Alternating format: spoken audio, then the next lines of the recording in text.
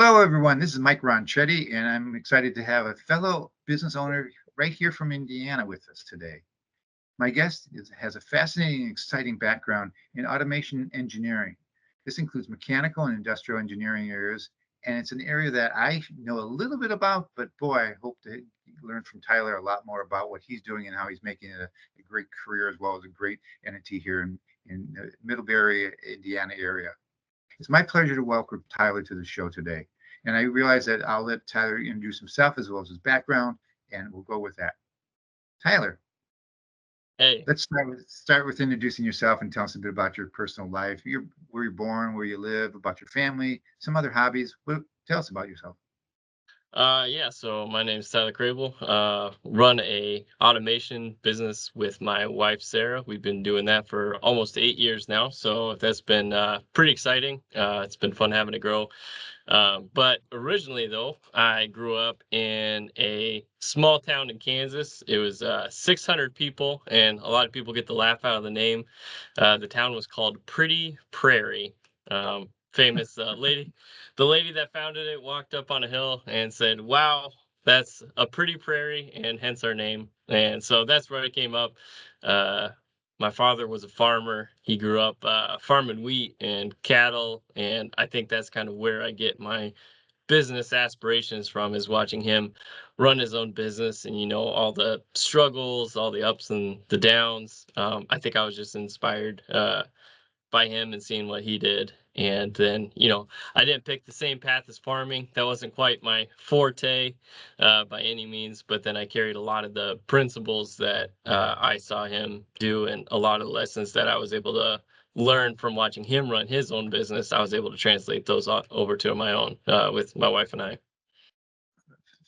Fantastic. I mean, I can appreciate the fact that having a family-owned business in your family, like my father was also an entrepreneur, it gives you some kind of DNA that kind of comes along with the package. So it's fun. Yeah, it definitely gets in your blood whether you like it or not. I don't know. It's just it was never said, it was never, mentioned that like, hey, I'm gonna run my own business someday. But man, I don't know. Once you're a part of it, it's something that, it's really exciting to be a part of.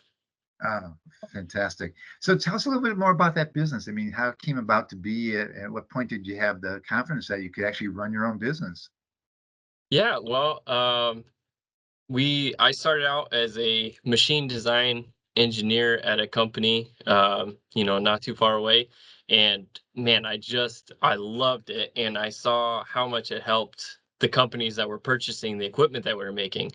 And I looked around, kind of our local area around Middlebury here. And, we've got a bunch of manufacturing, but a bunch of people that just did not know about automation, and or were maybe too daunted by it. When you hear the word robot, a lot of people are like, okay, that's maybe that's high tech. I think that's not as big of a deal now, but it used to be kind of a big deal that was a daunting thing, or the capital was too much. So my wife and I, we had aspirations to start our own small business. And looking around, we're like, okay, well, this is what we know. Let's see if we can help people. So we started asking around. The very first company that we worked for made, how do I say it? Porta potties and things like that. So we started we started there, and you know what? They were interested. We didn't get to do big robotics or anything, but we were able to help just with organizing and with making things run more efficient. So we just started there doing try calling people, cold calling, asking how we could help. We didn't charge very much. Our very first year, our total revenue was $1,000. And we were ecstatic. We thought that was awesome, because 1,000 is way more than zero. Yeah. So, so that's how we started. And then we just kept asking people, "Hey, do you need help?" And we'd get recommended to people, and we had friends that needed help that reached out. And so, step upon step, it kept growing a little bit every year. And eventually, it turned into what it is today. But a lot of it was just, I think we just really had the desire to start our own business and to help our local community. And that's really where it started. And our focus was, we really wanted to start automating small businesses because we thought that help was there. It turned out that wasn't as good of an offer as what we thought we could do there. But we did learn, and now we're helping more and more businesses than we ever thought we would be able to. So it's great. Oh, fantastic. I mean, so your name now happens to have some roots to it, I assume. So tell me about that. I mean, because it's a fascinating name. Yeah, no, Flex Design came about through a lot of thought and prayer, and it kind of came to us one day because that's a big thing to start your name because that reflects a lot of what your culture is going to be like. What are your values? A lot of that's implicit in a name, and so when we made Flex Design, it was multifaceted. With flex, you think of flexing your muscles, strength, flexibility, being able to adjust. Those are kind of our core values. When you get into automation, you've got to be flexible. Whatever, you can't come in with a preconceived notion and know how you're going to do something. You're making a new machine every time. It's new every time, so you got to be flexible. You got to be willing to listen to your customers, be willing to learn the new technologies that are out there, because that's advancing. Every year there is something new coming out, and you got to be willing to change with the times.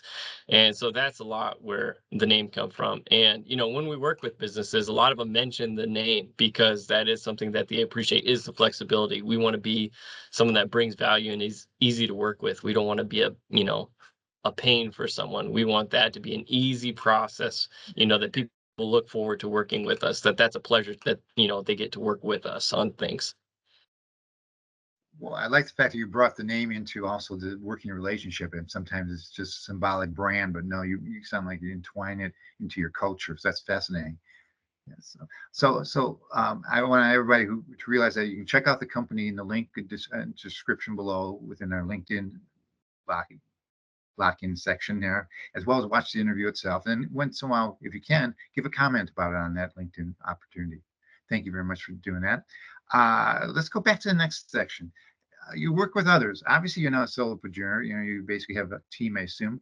Can you talk about that and share a little bit of story of how someone maybe actually inspired you to grow this thing, as well as to get involved and how you formed yourself into what it is? Yeah, so I would say one of our team is definitely a really special team, and I'd say we've gone about it a little bit differently maybe than what a lot of automation companies I've seen. So we didn't start out by growing our technical team. I think that's being an engineer, that's the allure, is to get a really good, strong technical team right off the bat. Um, but we realized that you can have all the technical team you want, but if you don't have any sales, your technical team doesn't have anything to do.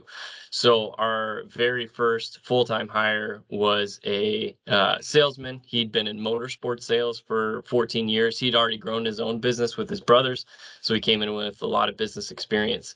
And we started off with that, and he was absolutely key in getting the business off the ground and in growing that growth opportunity. I mean, it never would have been there without his marketing expertise, sales know-how, knowing how to reach out to customers, how to relate to them, how to show the value of your company.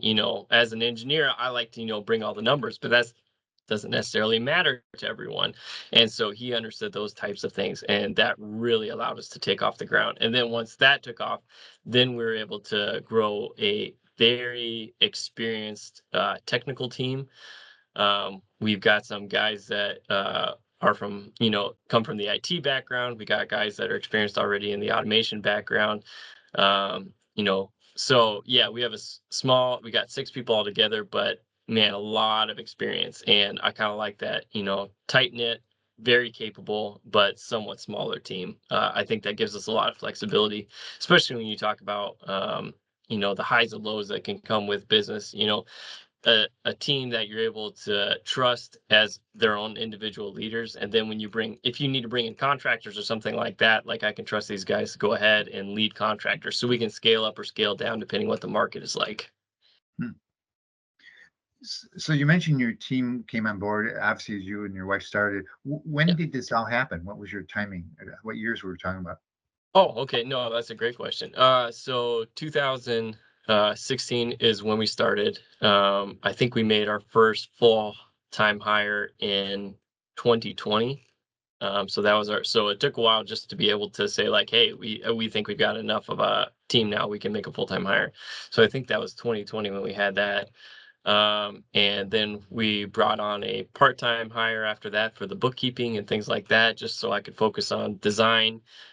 So we had sales, design, and then bookkeeping kind of as a smaller section there. After that, we were able to add on a controls person full time, and then another controls person full time on top of that, because that's where I would say, definitely needed the most help. That's where we were contracting the most, and just hours wise, we're needing the most. So that made the most sense to fill there. But that happened. Those three hires, or three latest hires, happened all within the past 12 months. Oh, So that's very recent that we really scaled up, took another level up again, just within the past year here.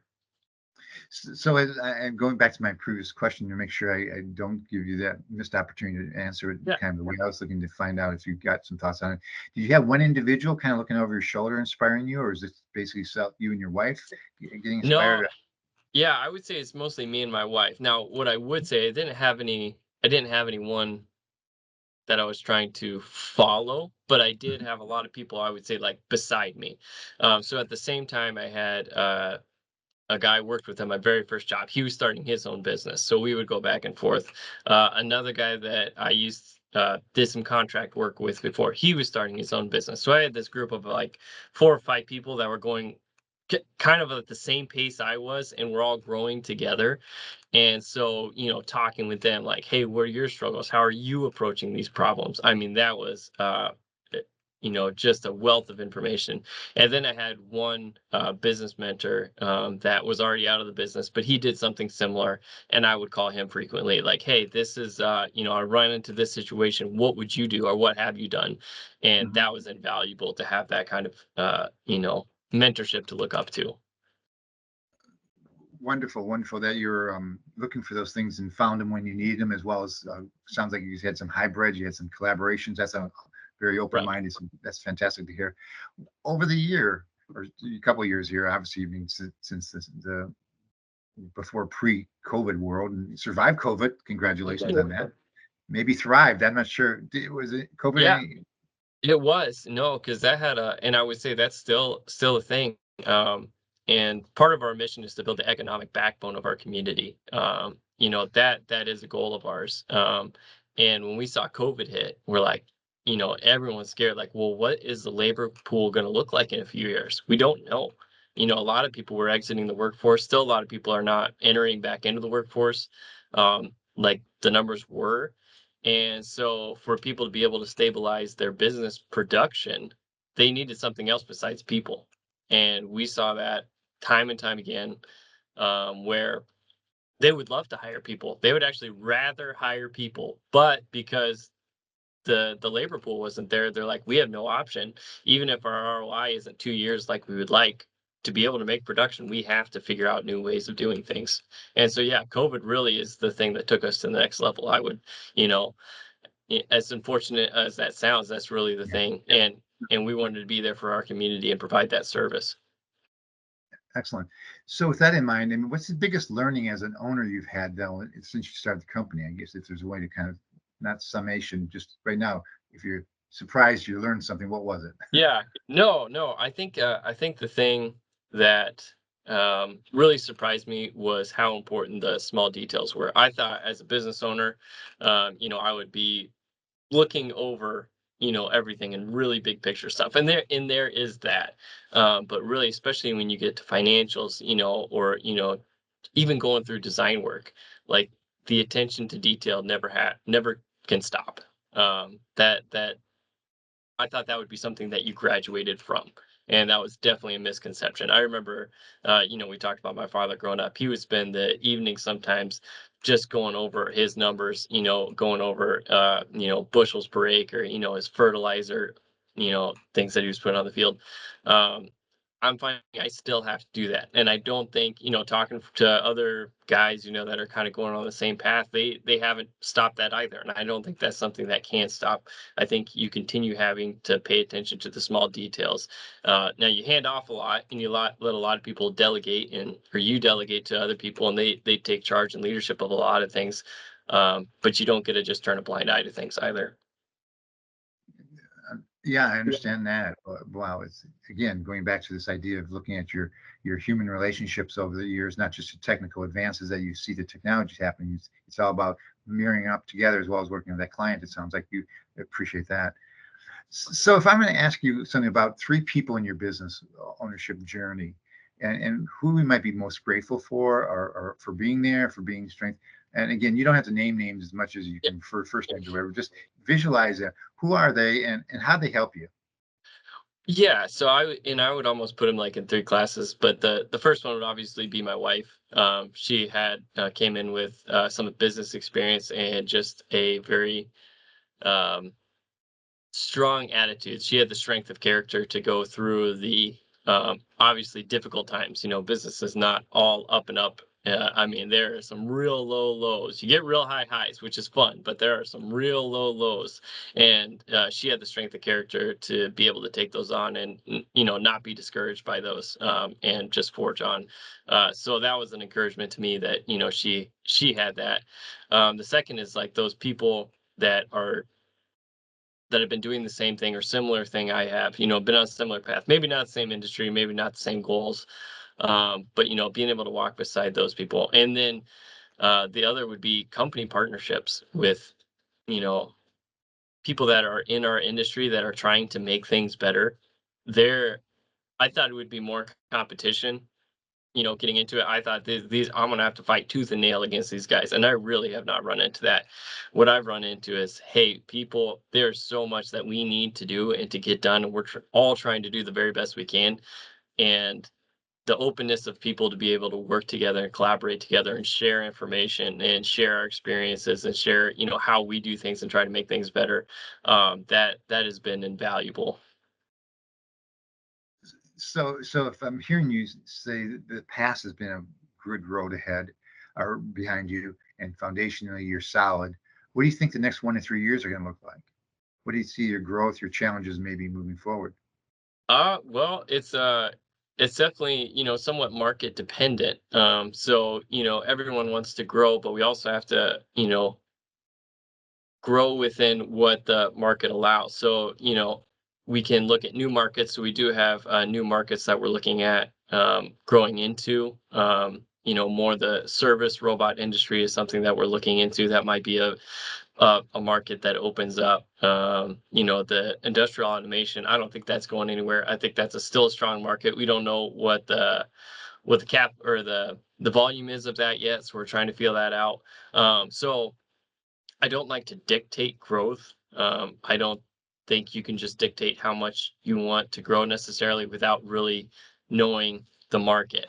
And so once we understand, we kind of feel that market out, that we'll let that dictate our growth and we'll respond to that market, you know, whether it's hiring, you know, more tools in-house or contracting people, whatever we need to do. But I would say, you know, within the next year, I think we could, you know, increase our revenue by another 50%. I think that's fairly conservative. I think that's doable. With the team we got here, they're gaining experience. They're learning to work together. I'm learning to, you know, work with them and do a good job for them.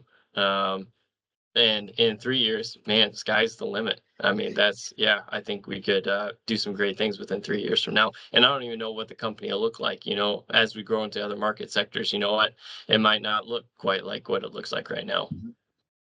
Sounds like you're open-minded for the adventure, though. That's good. Yeah, flexible. Yeah, Oh, what a bad pun. So we work a lot with some background from Jim Rome, who's a business coach as well as a legend in the business coaching. He passed away a couple of years ago, but he made a quote that I oftentimes want to ask people, and I'm going to ask you this: we become the average of the five people we spent the most time with. As you think about that advice, can you give some idea of what type of people you have been around, whether it be business owners or other people they just experience and rub off on you, and how is it working out to learn those things from them? Yeah, well, I would actually say my case is probably a little bit different. I do like spending time with business owners. I think that's valuable. I get a lot of insight from them. But you know, the time I spend the most or the people I spend the most time with is the people that I work with, and my wife. And so I think the one of the greatest pleasures I've had as a business owner is the employees that I get to work with. Um, I, my wife stays home with our 3 kids, and they are crazy some days. And I have to tell her I get home from work. I'm like, I had a really good time with, kind of the 5 coolest people that I know. And so I feel bad saying that to her. But no, that I really just like working with the people I work with. It's a fun day every single day, even when we're going through hard stuff or trying to figure out, difficult challenges, that man, I hardly have a bad day here. Uh, well, congratulations on that ability to pull that off, as well as be so proud of it too, which is good. So it really sounds like you're blessed with some incredible people around you, let alone clients. So they've all helped you on this journey. What would you like to say to them? Uh, to the clients or to Either way, I mean, you can, if you want to look at the people that you just described and just say, what would you say to your 5 closest compatriots? I mean, I think man, that's a good question.